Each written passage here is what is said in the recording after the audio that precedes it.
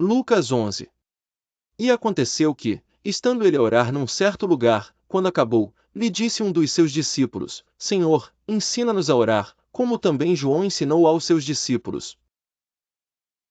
E ele lhes disse: Quando orardes, dizei: Pai nosso, que estás nos céus, santificado seja o teu nome, venha o teu reino, seja feita a tua vontade, assim na terra, como no céu. Dá-nos cada dia o nosso pão cotidiano.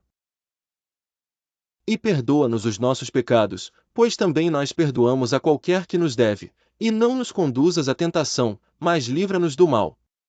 Disse-lhes também: Qual de vós terá um amigo, e, se for procurá-lo à meia-noite, e lhe disser: Amigo, empresta-me 3 pães? Pois que um amigo meu chegou à minha casa, vindo de caminho, e não tenho que apresentar-lhe, se ele, respondendo de dentro, disser: Não me importunes, já está a porta fechada, e os meus filhos estão comigo na cama, não posso levantar-me para tos dar. Digo-vos que, ainda que não se levante a dar-lhes, por ser seu amigo, levantar-se-á, todavia, por causa da sua importunação, e lhe dará tudo o que houver mister.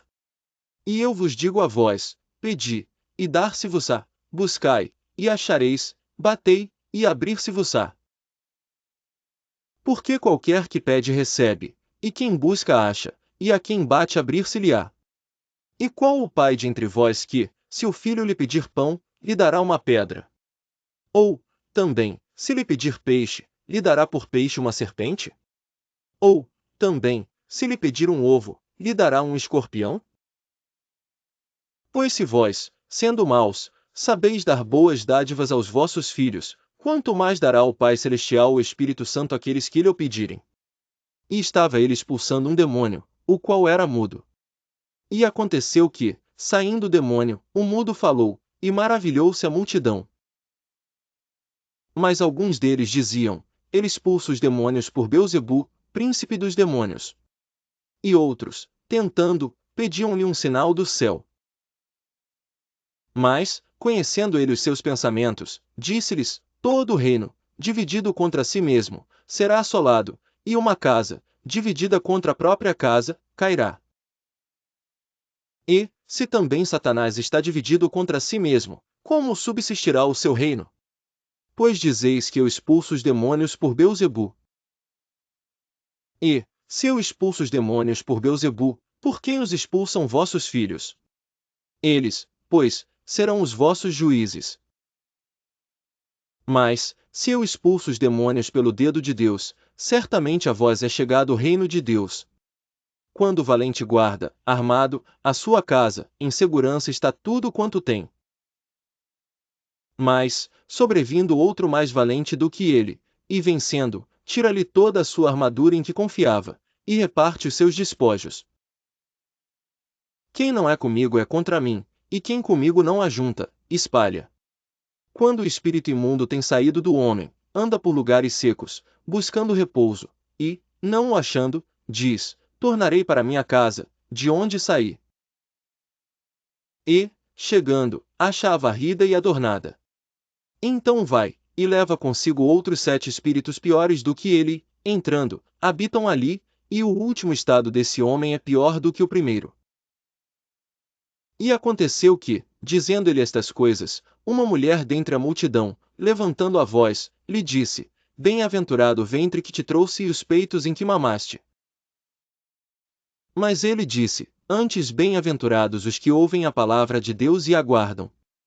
E, ajuntando-se a multidão, começou a dizer: Maligna é esta geração, ela pede um sinal, e não lhe será dado sinal, senão o sinal do profeta Jonas.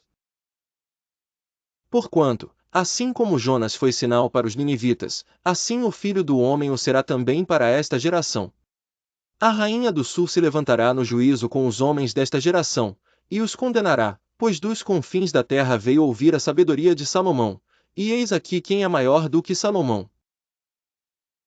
Os homens de Nínive se levantarão no juízo com esta geração, e a condenarão, pois se converteram com a pregação de Jonas, e eis aqui quem é maior do que Jonas. E ninguém, acendendo uma candeia, a põe em oculto, nem debaixo do alqueire, mas no velador, para que os que entram vejam a luz. A candeia do corpo é o olho. sendo, pois, o teu olho simples, também todo o teu corpo será luminoso, mas, se for mau, também o teu corpo será tenebroso. Vê, pois, que a luz que em ti há não sejam trevas. Se, pois, todo o teu corpo é luminoso, não tendo em trevas parte alguma, todo será luminoso, como quando a candeia te ilumina com o seu resplendor. E, estando ele ainda falando, rogou-lhe um fariseu que fosse jantar com ele, e, entrando, assentou-se à mesa.